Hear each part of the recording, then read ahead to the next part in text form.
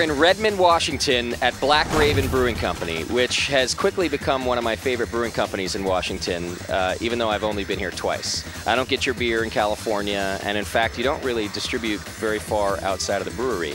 But I'm loving all the beer. And today I'm with Beaux, who's the head brewer and founder of Black Raven, and Keil, who's also another one of the brewers here. So thanks for having us out. I appreciate it. The first thing I want to talk about is I was here, I think 2 years ago, and we just stopped through to bug you and take a look at the brewery. And I have to admit, it was pretty tiny, but I was impressed. You guys were already, as a new brewery, making great beer, so I've been talking about it ever since. Well, now I'm back 2 years later, and you're building an empire. You've taken over the entire building. I think you've at least doubled your growth. Tell me about it. Yes, we have. We've doubled the growth of Black Raven, not only in square footage of the building, but in production capacity. Okay. Which doubling from 600 barrels to 1,200 barrels, that's a start. Sure. But we're not exactly putting in the bottling lines or putting in the 100-barrel fermenters quite yet.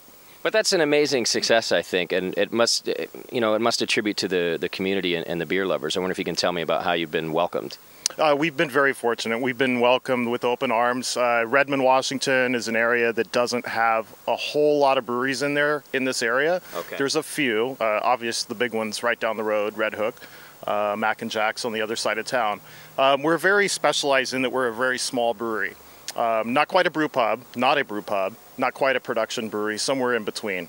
That's a blessing as brewers. It sounds like you get to brew whatever you want then. Yeah, sometimes, we do put a focus on keeping specialties running through, not just sticking to the standards. All right, well, I do like that I think your approach is good for beer fans, because I do love going into a brewery and finding a great pale ale and a great IPA, but I also always want to try the specialty beer. So as long as I know you guys are doing that all the time, I'll keep coming back. Right. So I think there's a couple good examples in front of us that I wanted to talk about after visiting the tasting room. Sure. And so one of them is the Scotch Ale. Okay, so the Scotch Ale it's really, you went for a traditional Scotch Ale, right? Very traditional Scotch Ale. So it's got a higher alcohol content and just a big clean malt flavor.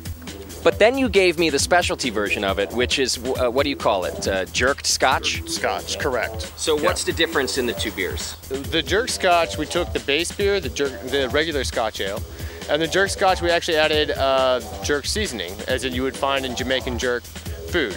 So that includes allspice, true cinnamon, I used ají marisol chilies in it, and other things along that line to give it kind of a twist and also have that good, you get a good dry from the allspice, you get a good heat from the ají marisol, and it plays well with the malty and the sweet that you find in the higher finishing gravity of a Scotch Ale. I have to admit that I like the jerked one even better, not because the Scotch Ale isn't great, but it's unique and it's more complex. How do you do that? You throw in a whole chili? Is it chili powder? What's the deal? So for this in particular, I took the actual chilies themselves. I cut a slice down them. I pulled out the pith, which is the white part, and the seeds, and got those out of there. So that's where a lot of the heat is. I don't want too much heat. I want more of the chili flavor with just the back of the heat. So then I just chop the actual skin of the ají marisol up nice and fine, and then I throw it in there. Right into the cask. Right into the cask, or in this case, into a side bung keg. See, I'm starting to like beers that are even hotter. I didn't in the beginning of my palate's career, but now, even a couple minutes now after I've had that taste, the heat still creeps up a little bit, and I think that's a good flavor. It cuts through the malt of the Scotch too. So nice beer. All right, then I got your IPA here. Now, this beer you probably can't make enough of. That's correct. I'm pretty sure that I was lucky enough to get the last pint of your double IPA. Which a very different beer than this. And you were telling me a little bit about it. One thing I was most fascinated about is that it's a single malt double IPA, so no crystal or anything else. Correct, exactly. It's a single malt beer, single base malt, no specialties like you said, no crystal malts, just straight, it's straight Gambrinus ESB. So the malt's got a little foundation to it already because it's about a 3.5-ish Lovibond malt. So it's got a slightly higher kiln temperature at the malting house. Develops a little more flavor, a little more structure to layer all those hops on. Sure. To have a base, because we wanted, with such a big beer with so many hops on it, you have to have something to put those hops on. And we didn't want to muddy it up with crystal malts or any other kind of specialty malts. We really wanted to let the hop shine through on a foundation. And that malt worked great for that. Straight 100% base malt. It was good stuff. I'm glad I got the last pint.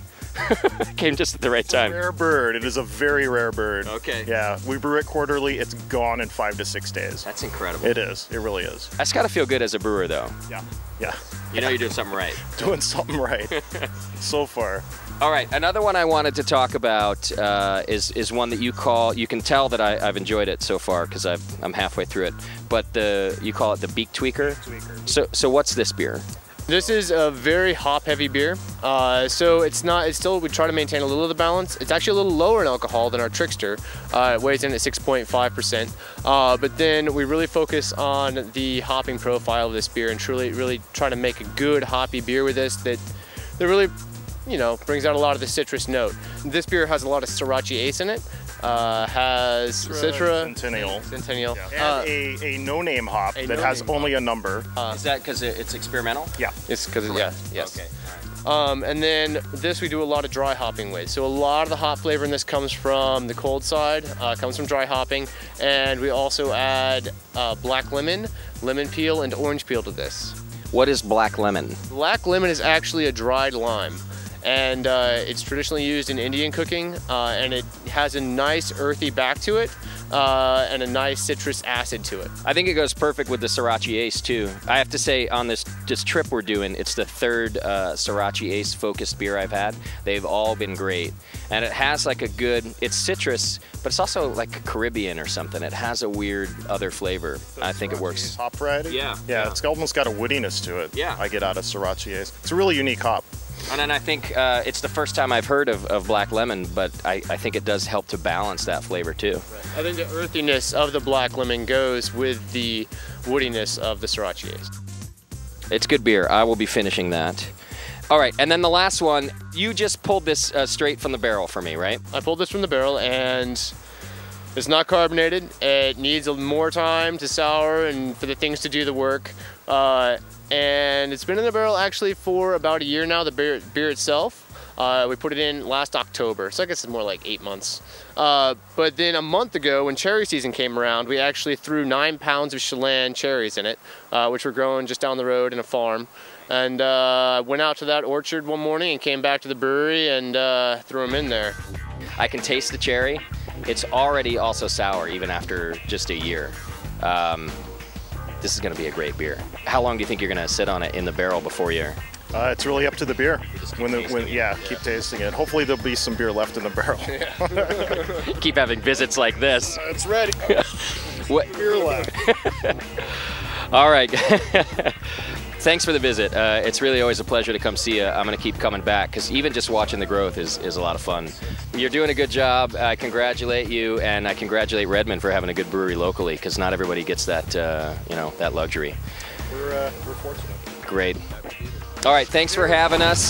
This video and this stop is brought to you by craftbeer.com, bringing you the best in American craft beer. And we'll see you on the next one.